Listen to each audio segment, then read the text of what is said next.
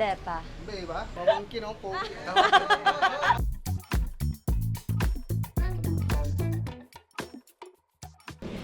Hao, did you know that Tikoy is very symbolic during Chinese New Year? Aside from its round shape and its sticky texture, it really brings prosperity and suerte this 2026. Today, Sir Jeric of Eng Bee Tin has invited us to see how it's made and what it's all about. Kaya tara, samahan niyo ako. Pero, kain muna tayo.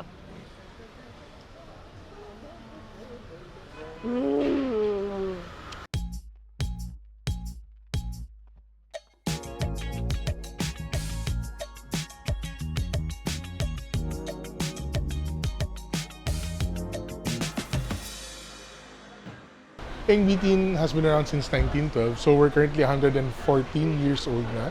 We've been manufacturing, syempre yung kilala sa atin, yung hopya, tikoy, mooncakes, and hindi lang tayo tatapos doon. We've been evolving our product lines. Ngayon, we also manufacture yung mga dim sum like mga siomai, siopaw, mga ganun. Alam mo, nung mga 1980s, pag sinabi mong hopya, there were only two flavors. Hopya munggo, then hopya baboy. Nagkaroon ng time na yung dad ko na yung nag-take over ng business kasi yung lolo ko hindi ganun kahilig dun sa business. So medyo hindi nag-prosper during his time. So when it was my dad's turn, talagang umabot kami sa point na puro utang, wala kami pambayad sa mga tao namin, wala kami pambayad sa mga ingredients, no? So he had to do everything all by himself. Sa umaga, siya pupunta ng palengke to buy the ingredients kasi wala na nagpapautang. Yeah. Tapos after niya bumili ng ingredients, gagawa siya ng hopya, he would pack and sell. So yun yung naging routine niya everyday. Tapos sabi niya, hindi tayo masyadong mabenta. So we have to do something about it. No? Hindi naman pwedeng laging ganito.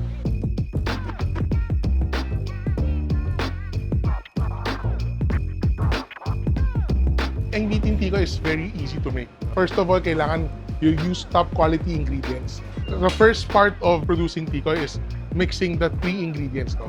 It's malagkit flour, no? Malagkit rice, sugar, and water. After you incorporate it, you have to put it inside yung mga liners, yung mga molds.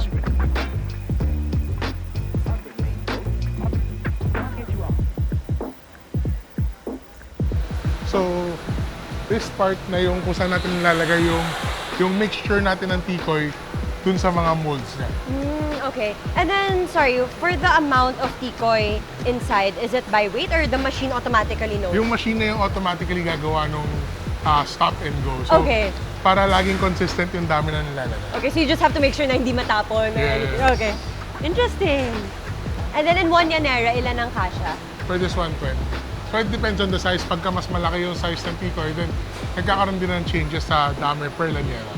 We have tiny, small, medium, large, extra large. We steam it for around, it depends on the size, 1.5 to 2 hours.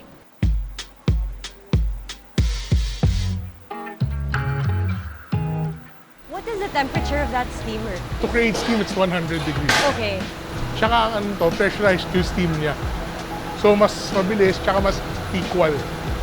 Kasi hindi lang siya yung, di ba, minsan pag steam ka sa bahay, hindi naman siya ganun kalakas. Parang basta may lumalabas lang na, Okay. so makikita mo yan, pressurized. Steam kami yan. So this makes sure that all levels get the same amount of steam. And then how long does it take to cool down? Siguro mga 6 hours more or less. It's a very dense product. So makikita mo, diba? After yan siya ma-steam, it's mga 1.5 to 2 hours after. After the steaming, you cool it. Pag malamig na siya, that's the time you vacuum pack and put it in the box. So it's that simple. So, you wanna try? Sure. Yan. Sige. It's not so hard. Pakituruan nga siya. Maki-istorbo pa ako sa production. So it's just like arts and crafts. Okay. Pero tikoy edition. Yan. Paano yan pag may dumikit sa plastic sa gilid? Nabawasan ng tikoy yung ibang tao. Nako, kasalanan mo yun. Oh. Yan. So once pag okay na yan, gagawin na niya ngayon, ilalagay na sa isang bag. Yan. Yan. So shoot mo siya. Then, eto ngayon, once na shoot mo na siya dyan, ang next step niyan ngayon is pagba-vacuum. Ito yung machine na nagva-vacuum. So, ang And it's only 6 gagawin at a mo lang, time? Yeah, it's only 6 at a time. So, ang gagawin mo lang is, from this part, kailangan mo siyang buhatin going to the other side. Ang bigat pala! So makikita mo, ang ginagawa ngayon ng machine is kinukuha niya yung air na nasa loob. Para pag walang air, di ba, pag walang oxygen, walang mabubuhay ng mga bacteria. So And you after have to that, hold it down talaga for... No. Automatic na yan. Actually, may pressure na yan kahit gusto mong buksan Ay, dito. hindi nabubukas. This is the after product.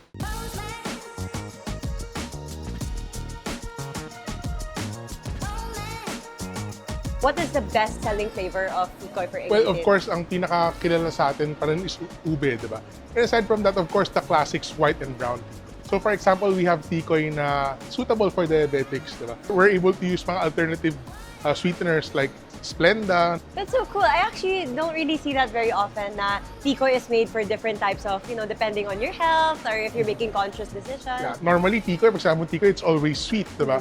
So we were able to make a savory Tikoy naman na meron siyang chorizo sa loob, meron siyang salted duck egg sa loob. So we're able to do variations of classic product. How many flavors are there for Eng Bee Tin's Tikoy? Wow, dami na. I think there's more than 15 flavors na for Tikoy. And which one is your personal favorite? Siguro for me would still be ube.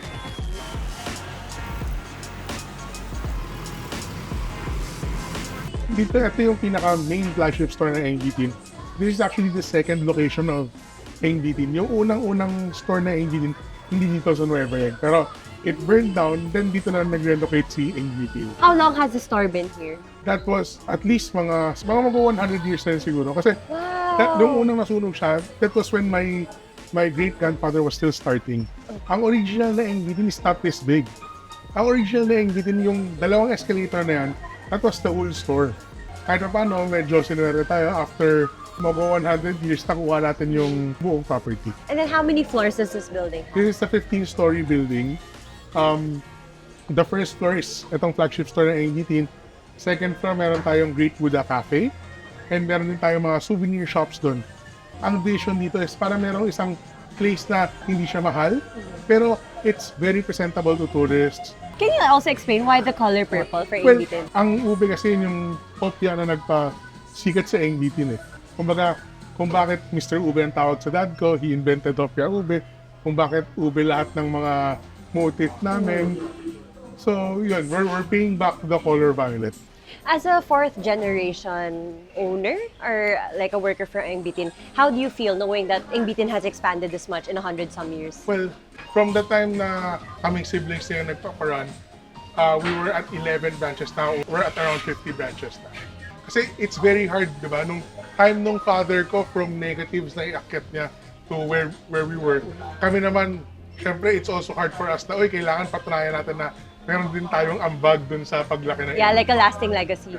We're going to stay true to having the best possible quality products and of course, to being innovative every time. Para every time na pumunta sa Eng Bee Tin, laging merong bago. So now we're looking at all this Tikoy. I heard that you're gonna prepare Tikoy for us to try. So yeah, we're going to have lots of Tikoy today.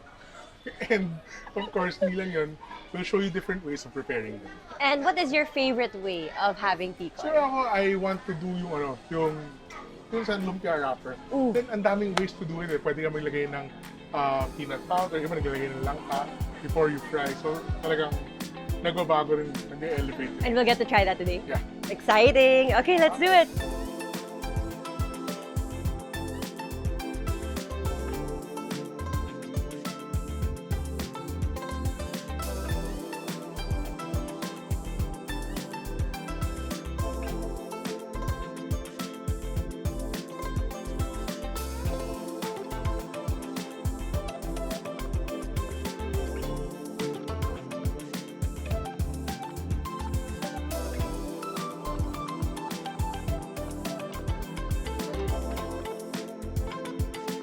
Honestly, growing up, I'm such a big fan of this. And seeing how they can cook it creatively, it really excites me. All right, so here we have the plain with cornstarch, their lumpia wrapper one with ube inside. This one is their savory tikoy. This is the minced pork with salted egg. And this one is their stir fry. So we will try it first with the basic, with the cornstarch.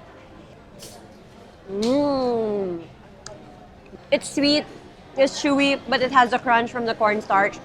And fun fact, this is what they used to serve us in our Chinese school back when I was still in high school, grade school. So very nostalgic for me.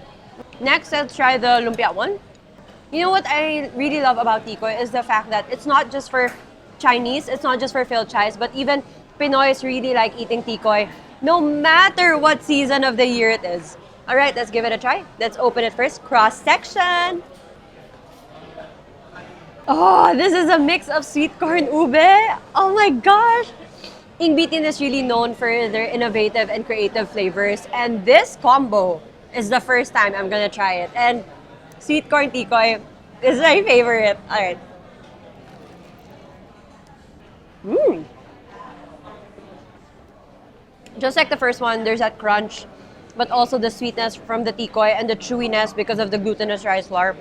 What's interesting though, is that sweet corn and ube works together. Like even though they're two flavors in one tikoy, you can still distinguish which part is sweet corn and which part is ube. This one is my first time. This is their savory tikoy. So this again is minced pork with salted egg. Cheers, guys. That's really interesting. Because the bottom part is really sweet because again, it's like the white tikoy. But the top part has a taste of salted egg yolks. And then you can also taste like the fattiness from the minced pork. I mean, in other countries, they eat tikoy savory.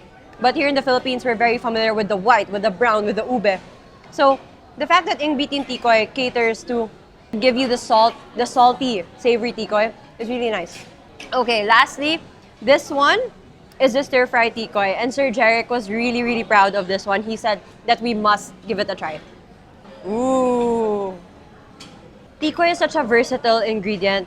In fact, you don't just have to cook it these ways. If you have your own creative ways to do it, feel free to do so. We've made a video about that how many times on FEATR, so check that out too.